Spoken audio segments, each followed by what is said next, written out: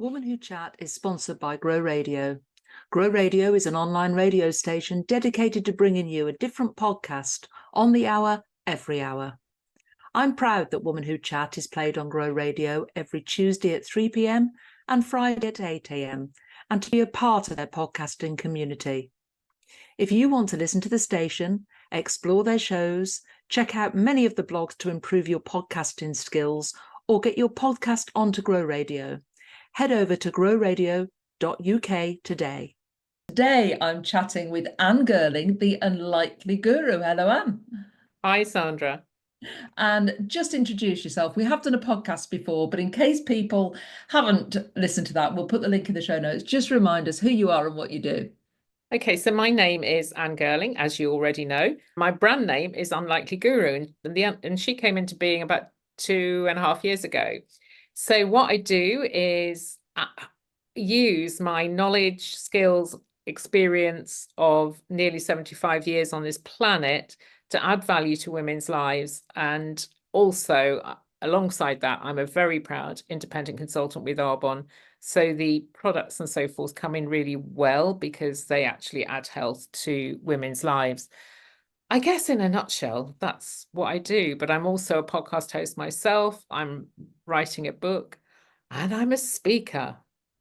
There you go. And I'm going to be blunt here, Anne. A lot of people say, nearly 75, why haven't you gone into retirement? Why haven't you got a more sedate sort of lifestyle and really stopped working? Why not? Well, do you know, every time I think about, well, maybe I will, and then Ian will say to me, that's my husband, will say, well, what will you do? And then I will just go back to doing what I do because I love it so much.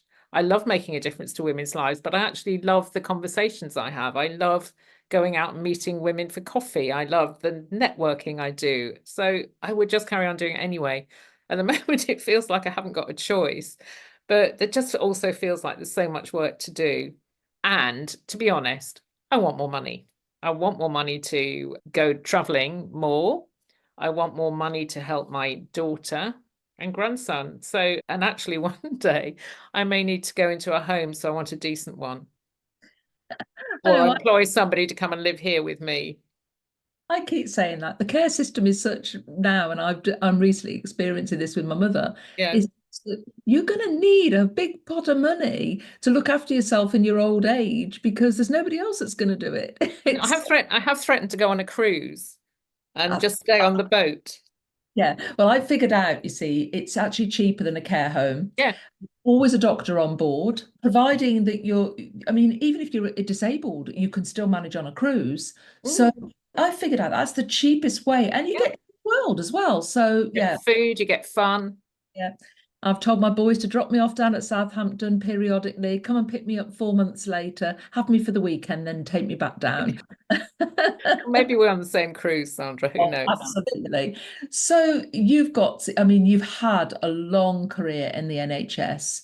You came out of that career and essentially you were burnt out, weren't you? Yeah. Looking back, it could have been this thing called perimenopause that wasn't invented then, but I'm someone that tends to give my all to everything, and I gave my all. It was like bashing your head against a brick wall constantly, trying to make change happen, trying to do better for our clients, trying to do better for my colleagues, and it just became undoable. And that point of burnout, that point where you realized you couldn't do any more. I mean, you had a long career, you had a master's, you've written a book subsequently, you're on your next book now. Why the sort of health and wellness space? What drew you towards that? I think when I was health visiting, it was meant to be about preventive health. If I go back to when I started in the 70s, back then we used to go visit older people. So right now, when older people aren't getting, the more vulnerable older people aren't getting their fuel allowance and haven't filled in the forms to get whatever it is, we would go and help them. We would go and visit disabled people to help make sure they'd got everything they need. It wasn't just families. And now it's gone right down to really vulnerable families. And I spoke to somebody who'd given birth to twins in the pandemic, twins via IVF, got no help at all. So the prevention element has gone. And I believe wholeheartedly, and one of the things I banged on about, and I'm a great banger on, was infant mental health. And I believe so much we could work with mums and we could prevent right ahead of time the criminal justice system being overloaded because of that relationship between mother and baby.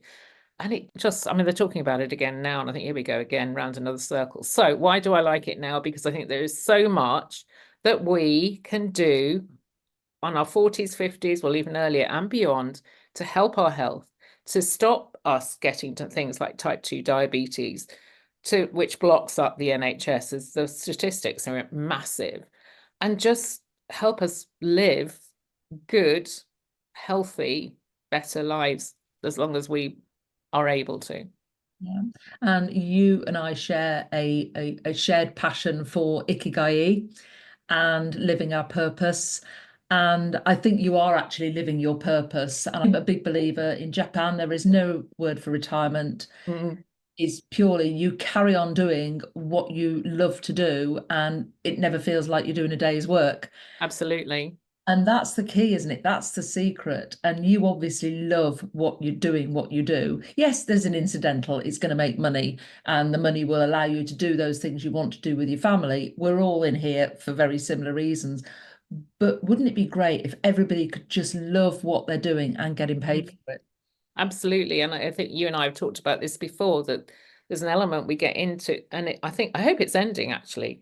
But certainly when I started work, you got into a career, you stayed in that career from when you were about 20 to when you were, well, in my case, it was 60. Now it's even longer.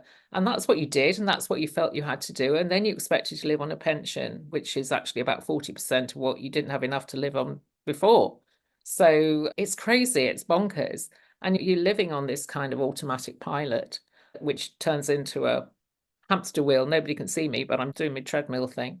And there's no joy. You lose the joy, you lose the purpose, unless you're very lucky. Yeah. And I think so many people I've seen have been on that hamster wheel in that corporate world, have worked, got their long service award, 25 years, 30 years, 40 years even, had the big retirement party, and either they go traveling and then they think, well, what's next? Or they get ill health, which Get is ill. shame because they've lost their purpose in life. Maybe their career was their purpose. And when that's taken away from them, they've got nothing to live for. My dad didn't have any hobbies when he retired. So he went back to work till he was 68 through choice because he said, I've got nothing to do. I can't live like this. I need to get up and do something every day. And then slowly over that next decade, he built up hobbies so that when he did eventually retire, he had something to do.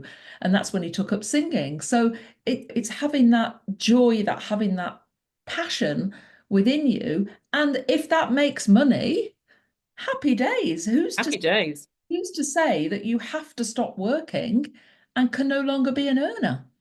And it's also about contribution, isn't it? Yeah. So you did something recently. You're thinking now, what's she going to say?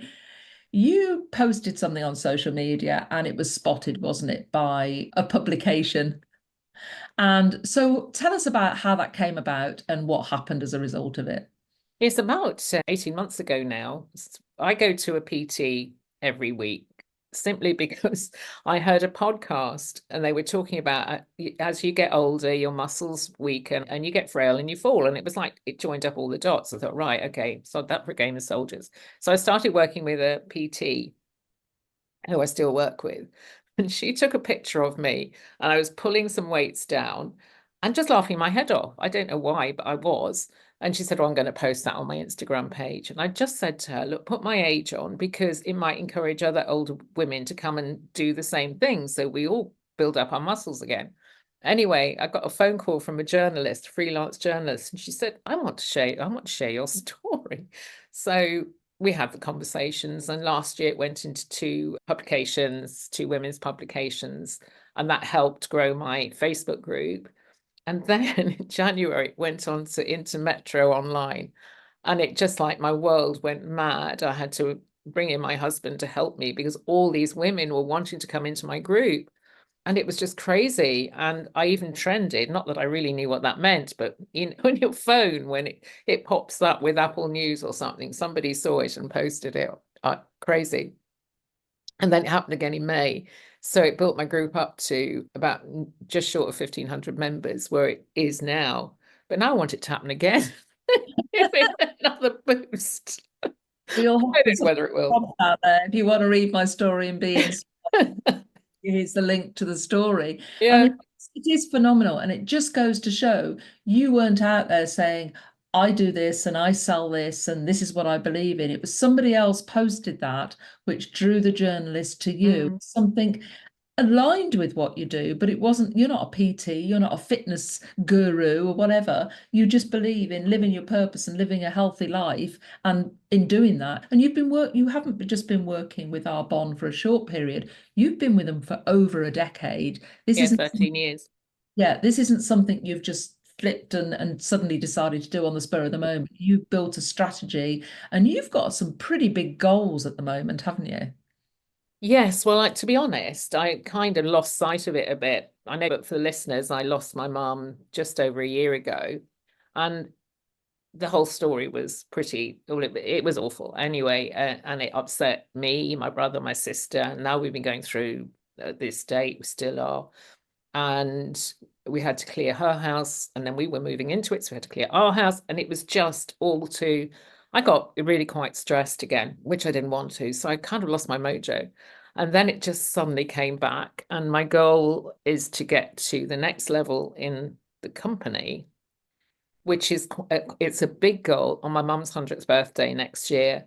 And I want to do it for her, even though she won't know, and for all the other older women who aren't recognized, who aren't visible, and do make a difference. I mean, she was really quite early on the environment and recycling. And she used to say, well, everybody thinks I'm a bit of a crank with all this recycling.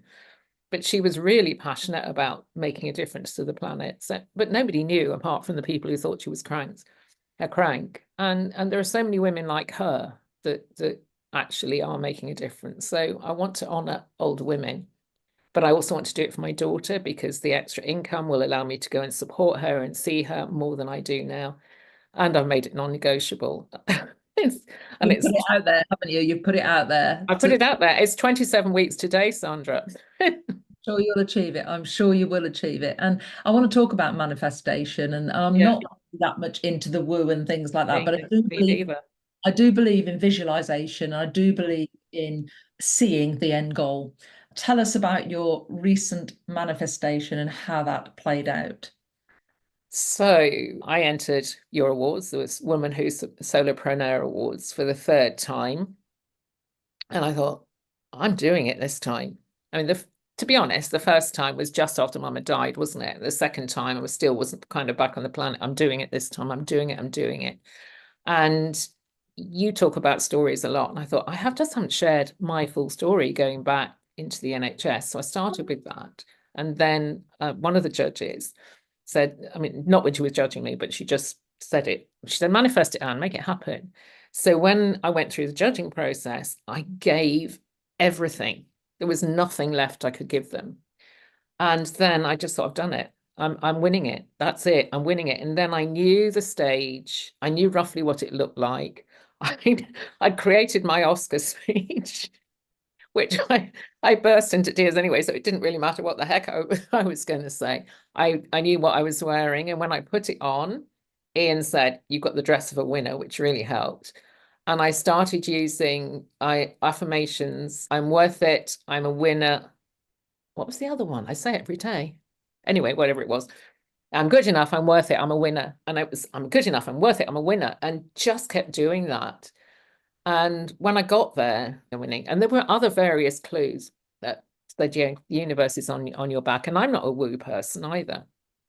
But yeah, when I got there, I thought, yeah, this is it. This is it. And name after name went by. And when you got to Gary, who's the podcast man, I thought, no, he's going to be the one. It'd be right and proper if he's the one. No. I thought, oh, no, please.